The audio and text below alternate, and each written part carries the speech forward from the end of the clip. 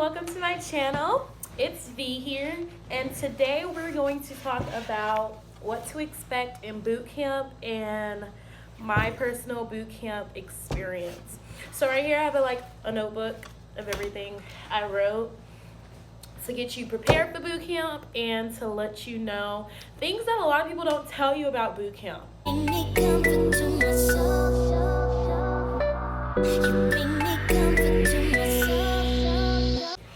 So first off, the first night of boot camp, they call it your night of arrival.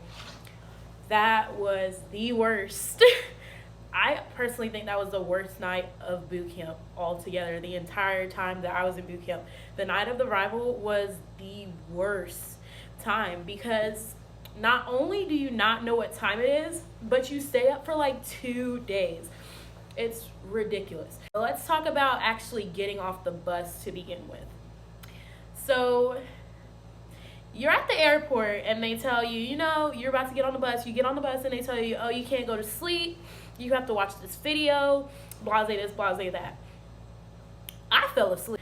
I was not trying to hear none of that. I slept at the airport, I slept on the plane, and I slept on that bus because watching a lot of YouTube videos, they stressed sleep more than anything else because of the fact of night of arrival. You're up for like 48 hours. So I went to sleep. I did not care. I'm just gonna be honest. But the bus stopped. You got off the bus and I was in the front. So as soon as I got off the bus, I see people running and it's like, well, where are y'all running to? And all of a sudden they're yelling. Like, these people are just chewing you out. They're just yelling. And it's just like, oh my gosh, here we go. This is the start of something freaking new, right? So they have you line up and it's people in the line across from you and you all are all looking at each other. I'm a goofy person, so like the people who were in front of me, their reactions were hilarious. Like, although I was scared, it was funny. Like, it was just too funny. I just couldn't stop laughing at everybody's reaction. But it's like, you didn't want to laugh because you didn't want the chiefs or anybody to come up to you and start yelling at you like, why are you laughing? So, they gave you your 30-second phone call and they tell you to tell your parents goodbye and that you love them, and that's the start of your boot camp. So you do all kinds of things and stuff in night of arrival. I just remember standing for a very long time. We did not get to sit. I don't know if it's just me or maybe this is a lot of other people's experience, but we did not get to sit. We stood. And I realized later on that the people that I was standing next to for all that time ended up being my division. So, in P days, you get treated like the freshmen. They're like, oh, y'all are so cute. Good luck with your life. You're going to hate it. But in P days, you wear your, what we call Smurfs.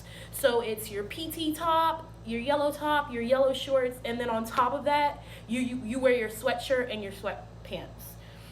And you wear that all day. Every day. That's it.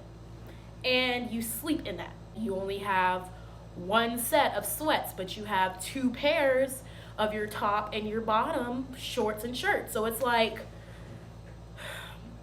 that. Those sweats, they're not gonna wash them every day for you. They wash them like what, every 2 days, every 3 days. So you sleep in that, and it's horrible.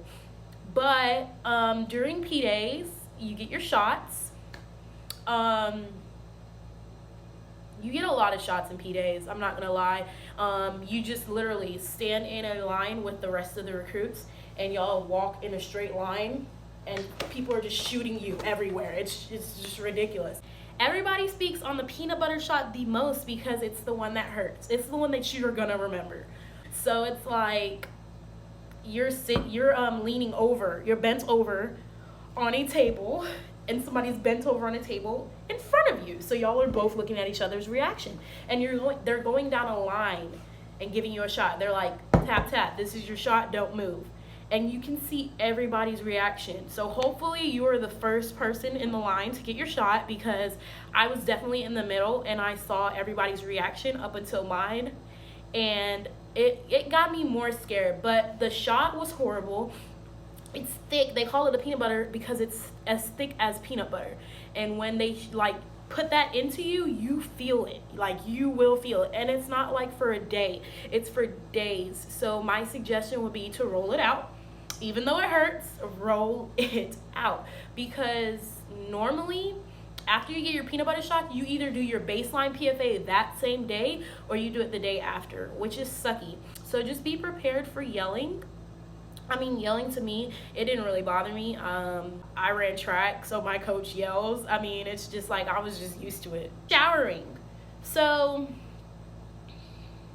P-Day showers, they were not good. But the only thing that's different about your P-Day showers and you're going to a new ship and actually being in a compartment, is in P-Days, the showers were like secluded. So like, you had your curtain, you could close it, you could, wash your body, have some me time. I mean, although it was timed and you had a set time that you needed to get out, which was like, 30 seconds, 45 seconds to the max. You had your own space. But in a compartment, when you actually get to your new ship, that's not the case. It's shower heads and it's opened and everybody is there and you see everything. And great for the people who don't care. I was not one of those people. I was more so the one to be like, what the heck? Why is this a thing? But you get used to it. It turns to the point where somebody could be on the toilet pooping and the curtain, I mean, it's just open and you're just there talking to them like nothing is happening right now. It got to that point in boot camp where you don't really, it doesn't bother you. I mean, the first week it bothers you, but after that it's kind of like you get used to a lot of things. Marching to the ship. Y'all, that march, I'm not lying to you, that march was a good mile and a half. No, with stuff on your back and in your hands to the point where people start to cry. And I felt so bad, oh my gosh, because I was guide on, like I held a flag. I was guide on, so I couldn't march with anything in my hand or on my back because I'm the one that's holding a flag. Other people had to like double up, and it's a sea bag, the big green bag. It's a good 20-30 pounds easily. I mean, the boots alone is heavy. And then you have a backpack, but you have to hold it like this. And you literally had to walk with it like this in your hand. And this backpack was filled to the max, like filled up with a lot of things. And then not only that, you had a garment bag. And your garment bag was in one hand and your backpack was in the other hand, and then you had a sea bag on top. But for the people who couldn't bring anything, me and the other flag who was PFC, people like had to hold our stuff, and like they had it in front of them, and then some people had one and then one, and it was just too much. And the RDC said that the march really tells them who's gonna last in boot camp and who's not. And when they sat us down and told us that after the march, I didn't believe them, but like they were really serious. If you think that march is hell and you can't do it, you might not last in boot camp. I'm not gonna lie. I will say, when you're about to like ship out for boot camp, a good recommendation is to pack light. Do not try to bring your whole house with you. Don't do that. Not only do they have stuff to use against you, but you don't have any room for it. You have a small little drawer that you have to fit everything in. And it's not only things that you bring from home, but it's also like things that you're gonna buy there, and required items that you need for boot camp has to fit in there as well. I wouldn't bring any soap. Hell, I wouldn't even bring deodorant. You get all of that the first night. You don't need to bring any of that. You don't need to bring it. I mean, if you personally want to bring your own soap or whatever, yeah, bring it, but it might not fit in your A&B gym. In my division, they beat us every day. Every day. It got to the point where they used to let us shower at night thinking that we would go to bed clean, and they would beat us right after we got out the shower. And we would go to bed sweaty and disgusting. Yeoman is the best job to get in boot camp if you want to be a teacher's pet. If you want to get intel on everything and you just want to be in on everything, never in trouble when it comes to getting beat and stuff, Yeoman is a place for you to be. You, while everybody else is sitting outside studying or getting beat or getting yelled at or on watch, you are in the fishbowl. The fishbowl is the RDC's office. You are literally in the office doing paperwork.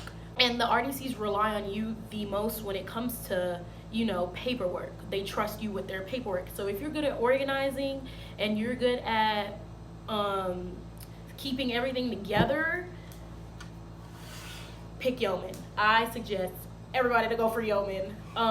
You get out of everything. You get out of trouble to begin with. If you're not gonna pick Yeoman, pick male PO. Male PO is a good way to know your division, make friends. That's a good way to actually know who you're sleeping and living with, because you're the one that goes down to the mailroom and gets their mail, and everybody wants mail. Everybody wants their mail. Everybody wants to hear from their family, so they're relying on you. Study your general orders and your chain of command. I would mainly study the general orders and the chain of command, also your sailor's creed, because you have a first test that can possibly rank you up. Get ready to run. That's one thing I have to say. Get ready to run. If you are not good at running, you'll be good at running by the end of boot camp, because you will run everywhere, every time. Also, push-ups and sit-ups, if you're not good at that, you will get good at that because you will be doing it. I talked about the baseline PFA when you first get there, but as boot camp goes on, you have a final PFA, and that PFA determines if you are going to graduate boot camp or not. And that's a lot of pressure. And the baseline PFA, it's going after minimum standards, and it's like 18 minutes or whatever. But the final PFA goes after what your age is and what the age requirements are. So a lot of people fail it, and if you fail your PFA, you get set back for 3 to 4 weeks of boot camp. Just imagine you finishing boot camp all the way, getting to the end, graduating in a week, to have to get set back 3 to 4 weeks, all the way back to the beginning. It sucks. So I would suggest you run and take it seriously. You get phone calls. I think you get 3 phone calls throughout your whole boot camp. I got way more. I'm gonna tell you why, but I got way more phone calls than that. But you get a phone call on your 2nd week, you get a phone call on your 4th week, and then you get a phone call on your 6th week, and that's the week that you finish your final PFA, and then you're about to go to battle station. That's when you make your phone call like, Mom, I'm graduating. Your first phone call is a very emotional phone call. That's 3 weeks without your family, 3 weeks without your phone, 3 weeks without talking, 3 weeks with getting up, doing the same thing every day and getting yelled at and being discouraged. So your first phone call is very emotional, and they tell you on your first phone call, if you cry, they're gonna hang up the phone on you. How are you gonna tell me you're gonna hang up the phone on me? Because I'm crying. I cried. I didn't care. Look, I let out all my tears. Look, I heard my mom's voice for the first time in 3 weeks. I let it out, baby. I just poured down crying. Those phone calls really push you. It drives you to finish out and stick through with your plan. It does, and it's really refreshing. But as soon as you hang up that phone, don't think you're going home. They remind you that you in boot camp. As soon as you hang up that phone, it's back to yelling. Swim, swim. I know I'm not doing this in order. Y'all don't think that I'm saying this and it's like, oh, well, that's what happens first. No, this is not an order of weeks or what you do the first week, what you do the second week. No, it's not in order at all. Swim. Swim. I don't know how to swim. I don't know how to swim. I know I joined the Navy and I'm supposed to know how to swim. I don't know how to swim. I just don't. And I thought to myself, I know how to swim, not to the Navy standards. And they make you step and then they just push you down and you fall down into the water and you have to swim. You have to swim and that's your test. If you don't know how to swim, they still pushing you down there. You still gotta do it. Still gotta do it. And they pull you out with a stick. They pulled me out with a stick. I told him from the get-go, I don't know how to swim. Make sure they got their stick ready. And I fell down, and look, lo and behold, the stick was right there waiting on me. But they make you take remedial classes to learn how to swim. But you still have to jump again. If you're scared of heights, regardless, you're jumping. That's the only way to pass that swim test. You have to jump. So even if you know how to swim, but you're just scared of heights, it ain't gonna work. You gotta jump. Take those remedial classes seriously because that can be another reason why you don't graduate boot camp and get set back. So, but they do give you remedial classes. They tell you the easiest thing is to swim on your back. I thought they were freaking crazy when they said that, but they're not lying. It's swim on your back and do this. That's what I did. I don't know how I passed. I'm trying to tell y'all, I don't know. I tried to go to the pool one day and do that same thing that I did in boot camp. It ain't work. I think it was just God. I fell asleep standing up. I fell asleep eating. I fell asleep taking a shower. I fell asleep in classes. You're going to be so sleep deprived to the point where you're just like, am I even alive? It got to the point where I thought to myself and I was like, no, this can't be real life. This cannot be real life. You are so sleep deprived and nothing is going to keep you up. No matter how much times you drink water, they'll tell you to stand up. Stand up. Oh, standing up ain't going to do nothing. I fell asleep standing up. Inspections. So you get inspections quite often in boot camp. You get inspected on your uniform. When you first get your uniform and you start to wear it, you get inspections on how you put it on, how it looks on you, if it's all buttoned up. Since I went in the summer, if it's folded up top here right, and you have your sleeves evenly, if it's 3 fingers away from your elbow, all of that. But if you go in the winter, you get graded, I believe, on your sleeves down. I'm not sure, but yeah, you get graded on your uniform. You think that's easy? They're asking you questions from the trainee guide on like your chain of command, your general orders, the phase of the knot, all of that. And you're standing at attention while they're asking you these questions, and you have to answer it in front of everybody. So study. If you fail it though, I don't think nothing happens to you if you fail it, besides your RDC chewing you out and beating you. So chapel is a thing. Chapel is on Sundays, of course. And if you are good friends with the Starter Watch, more than likely they won't put you on watch if they know that you're really religious and you want to go to chapel. But I suggest everybody go to chapel. That is just another way to get out and, remember why you came. And, it's just a good way to interact with people that you don't see every day, that's not in your compartment. I took chapel really serious. I went to chapel every Sunday. Luckily, I just had that good of a starter watch. I went to chapel every Sunday. That's also holiday routine, so you get hour-long showers.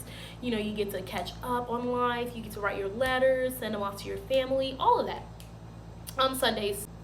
So you do firefighting, and you also do marksmanship class, however you call it, where you shoot the gun and you get a qualification for it. Those are if I'm not mistaken, on week 4, which is called your hell week, when you're waking up at 4 o'clock in the morning and you're going to all these classes and you still go to sleep at 10. You also have that, you know, that PFA that's not really a PFA to see where you're at. You have all of that on week 4.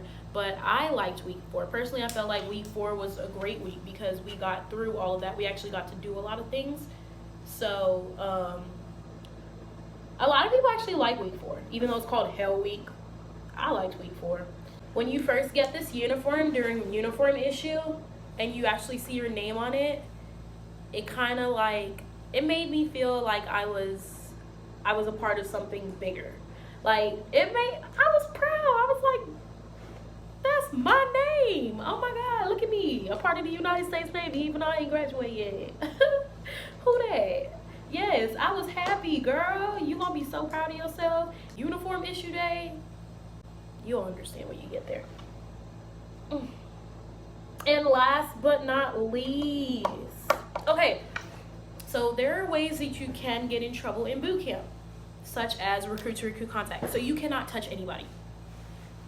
And that sounds so weird to say, like not even a high five. You can't, if somebody fell, you cannot pick them up.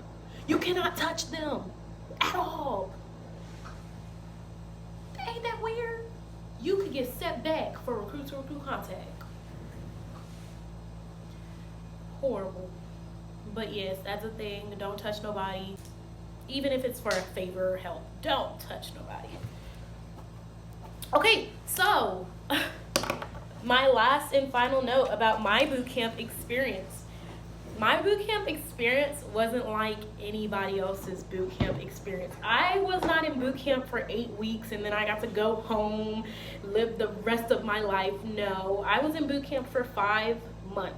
8 weeks as in 2 months. You're only in boot camp for 2 months. No, I was in boot camp for an additional 3 months. The reason is because on my 5th week of boot camp, we were doing sprints for working out, and somebody ran and cut me off, and I end up falling and breaking my foot. So I end up breaking my 5th metatarsal bone and getting asthmode, which means getting set back. I end up getting set back, asthmode, to the recruit convalescent unit, which is RCU. And RCU is really a place for the broken people. It's sad to say it that way, but it really is. It's just a place where all of the people that are injured go. And no, you don't have a choice to go home. You have to suck it up and push through it to get back to a division to graduate. Like, they don't give you a choice on if you want to go home or not. It was not a good division. It was not a good division. It was not a good experience because I was on crutches, and then I had that little one-leg scooter, and they still treat you like recruits. They still treat you as if you are nothing and you are below them. And sometimes, I mean, it was hard. I'm not gonna lie, it was really hard. Like, I would be crutching and they'd be like, crutch faster. It's like, okay. Like, and then not only that, it was my 5th week of boot camp. I only had 3 weeks left. So it sucked. It really did suck. But I'm here. I'm part of the United States Navy. But yes, that was my boot camp experience. My boot camp experience is not like the others. It definitely changed me a lot, and I got through a lot being there for that long. And I'm honestly glad I was there for that long, because it taught me more things about the Navy and like about the outside after you graduate than I don't think boot camp in eight weeks would have taught me. So I'm forever grateful for it, although it cost me my foot. I'm forever grateful for it. Yeah, guys, that is it about my boot camp experience and what to also expect in boot camp. If you have any questions, put them down in the comment section. And if you have any suggestions on what videos I should do next, go ahead and put those down too. This is also a hair channel. I do have a lot of great content coming, so go ahead and click the subscribe button and like and share, and thank you for watching.